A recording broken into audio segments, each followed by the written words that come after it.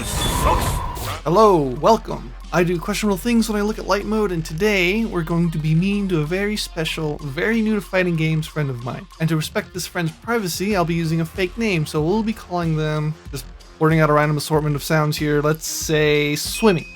Again, that's just a random, unrelated formation of noise expunged from my facial. So our friend Swimmy is a real gamer. Many shooters, MMOs, probably rhythm games, who knows with this nerd, but they are brand new to fighting games, minus a little bit of dabbling in Tekken way back when. The set we're looking at today takes place 2 days after their very first day, and their first day was less than a week before this very moment of recording. So I thought this would be the perfect opportunity to take a look at a brand new player and see what we can do to help them get better right away in their journey. Luckily, being just so bad at the game provides almost infinite opportunity to improve, so there will be a lot of good advice to pull from Swimmy's experiences. And while this video is meant for Swimmy specifically, hopefully other new players can take something away from this as well. But before we start this review, I have put together a little montage of the best moments from the set, and then afterwards we'll get into slamming Swimmy for their horrible, god-awful mistakes and give them some advice that they'll probably just ignore. Please enjoy.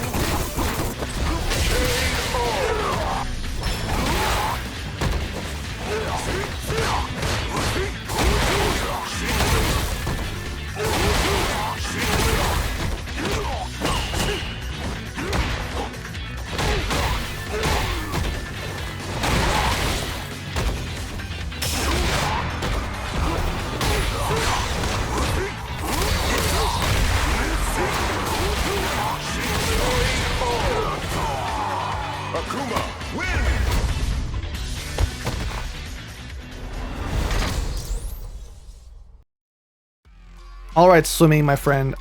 I got some good news and I got some bad news. The bad news is that you're terrible at fighting games. But just remember, no one has been good at fighting games on their second day of playing, so this is normal. How absolutely garbage you are is normal. Remember that. Come to terms with that as soon as you can. The good news is that you're really terrible at fighting games. Now hear me out. If we took all of the terrible things that you did in your set, plastered them all onto a wall, and then blindly threw a dart at that wall, chances are good that we'll land on something that, if we change it, will greatly improve your skill level. Unfortunately, I don't have all day. If I tried to pick every little piece of garbage out of that set, I'd be here all week, and I don't want to do that. Fortunately, there are a few super fundamental and basic aspects that, if we introduce into your game plan, will honestly probably launch you out of iron and through bronze, if you're committed to getting better. And so we're going to get right into it. So the first thing we're going to talk about is what you like to do when you get up off the ground. You like to hold back on wake up.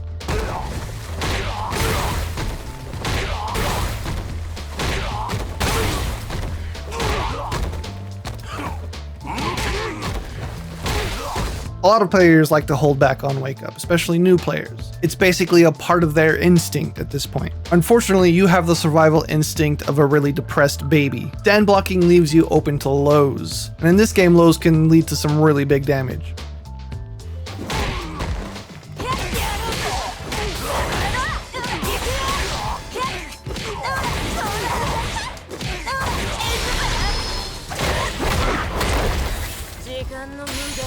So we're going to replace that habit with a much better option. From now on, when we get up off the ground, we are going to block low, down back. Blocking low defends from like 90% of attacks in the game. It doesn't protect you from throws, which don't do a whole lot of damage. It also doesn't defend from overheads, which are reactable. With practice, in training mode. Another thing I see you do a lot is pressing auto heavy when you wake up.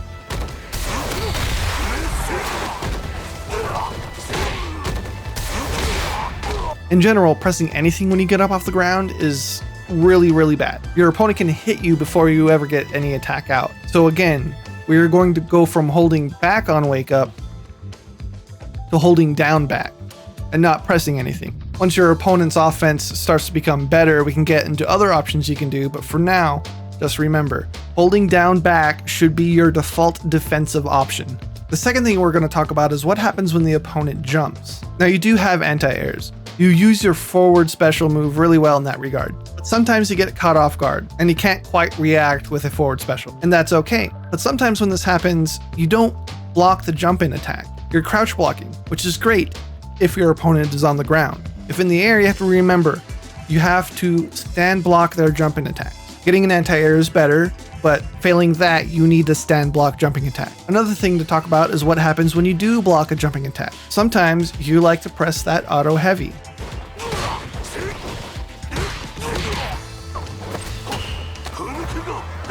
This is the second time auto heavy has come up. We're gonna actually talk about that later. Just you wait. In this situation, just like getting up off the ground, pressing after blocking a jumping attack is a really, really bad idea. Because if your opponent does an attack right after jumping in, they're going to interrupt you. So the basic strategy here is to block the jump and attack with stand block, and then immediately go into a crouch block so you don't get hit by their lows. So to summarize, when your opponent jumps, try to get the anti-air if you can. If you can't, block the jump in high, and then don't press anything after blocking the jump in and go into a crouch block. With this strategy, you can shut down a lot of kooky offense that these lower ranked players have. So those first two things are really easy to practice. You don't need to do any training mode stuff. You just need to go in with one of those two things in mind and focus on that. Don't worry about losing. Your opponents are going to jump and they're going to spam lows, so you'll get plenty of practice just by playing. Unfortunately, this next thing is going to require a little bit more work, and we all know how much you hate work, but I promise if you do this, you're going to get better. So what we're going to talk about now is your propensity to mash auto heavy.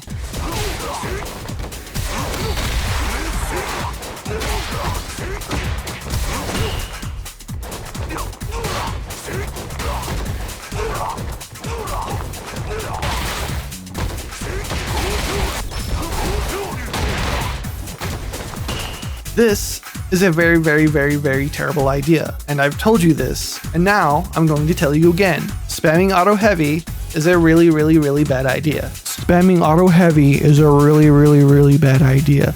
Swimmy, please listen to me. Please. So the terrible thing about this strategy is that this spinning kick move is going to come out a lot of the time. And this move is pretty bad. And I have a list of reasons why this move is bad. So first of all, this move has two attacks, and the second attack whiffs over crouchers. If they're crouch blocking by the time the first hit connects, the second hit is going to whiff right over their head, and that is extremely punishable. You're going to lose a lot of life.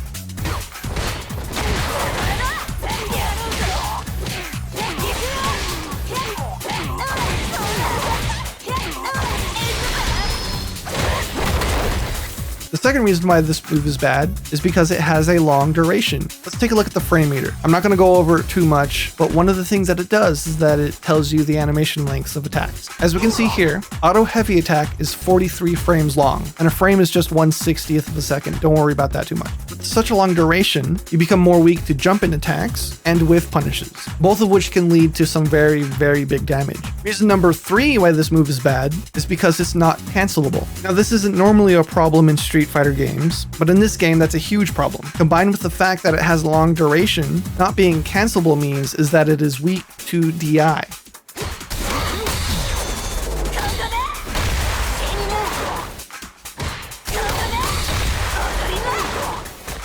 So let's go over those things again. You can take big damage if you use this on a crouch blocking opponent. It is weak to jump ins, which leads to big damage. It is easily whiff punished, which leads to big damage. And it is weak to DI, which leads to big damage. And you may be thinking, oh man, I can't use auto heavy attack? Man, that's basically my entire game plan. What am I going to do without my crutch? And so what we need to do is, instead of pressing auto heavy, we need to start pressing something else. And in my opinion, there's two options here. My favorite option is just regular old standing heavy attack. This move is really good. First of all, it doesn't whiff on crouchers.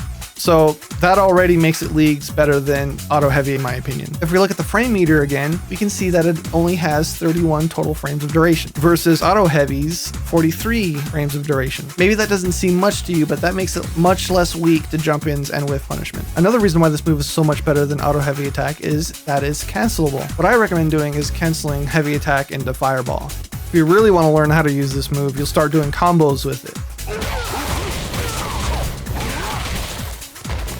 And then finally, another reason why this move is so good is because it's just kind of oppressive in the neutral. Good strategy is to make your opponent block this at the tippy tip of its range, and then you wait a split second and then do it again. And if your opponent has pressed a button, you'll whiff punish them. And then if you're really good, you'll go straight into a combo. Another thing you can start doing besides standing heavy attack is the crouching medium attack. The great thing about crouching medium attack is that it's a low. So if your opponent is walking backwards, you can tag him for a little bit of damage. Once you start implementing drive rush cancels, this can lead to some pretty huge damage. There is a bit of a caveat to these moves though. In order to use them effectively, you're going to have to go into training mode. Use training mode because you're not going to be able to get the full use out of these moves without practicing some cancels. And even though you're using modern, it's going to take a little bit of time to get used to the actions required to do this sort of stuff. You don't even have to be there in very long, just a couple minutes of going in, getting used to the longest range your attacks can go, doing some cancels, and trying to get some combos in. So I've got to come clean real quick. This section with the auto heavy and the standing heavy and the crouching medium kick is all really a ploy to get you to be more cognizant of the attacks that you're using. What you're currently doing is just holding down the auto button and then mashing heavy or medium. You're not playing Street Fighter in that case, you are playing Button Mash Simulator. You're playing a quick time event where you just gotta mash as fast as possible in order to win. Newsflash, Swims, that's not going to get you very far. If you keep playing like this, I don't see you moving past like Bronze 3, honestly. So get into practice mode, start using your other attacks, start practicing cancels, start practicing combos. You don't even have to spend all that much time in training mode. You can do all of this like 5 minutes at a time, a couple times a day. You can go into practice mode while you're waiting for the game to find you matches. There really is no excuse, you lazy bum.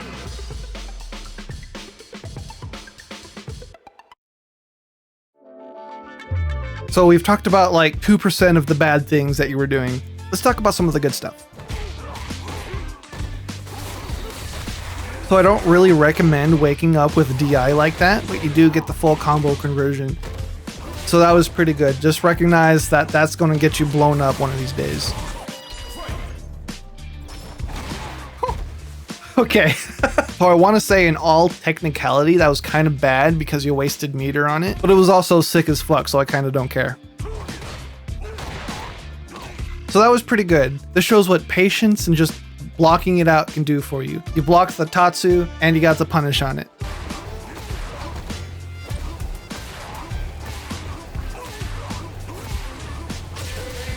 I wouldn't actually call this good, but it does bring to mind a certain point. If your opponent is content to let themselves die like that, you should absolutely oblige. He basically handed you the win there. If he had adapted to it, that's when you need to change up your strategy. But if it's working, keep doing it. Oh, okay, so this was hot. This blew my goddamn mind. That was pretty cool. Again, it's not really optimal or anything. What you really should have done is just block, but this was stylish as fuck. And sometimes style matters a little bit more than being optimal.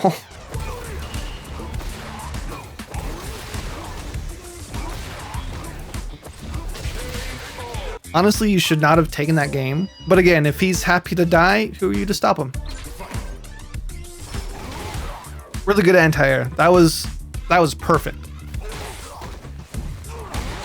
Okay.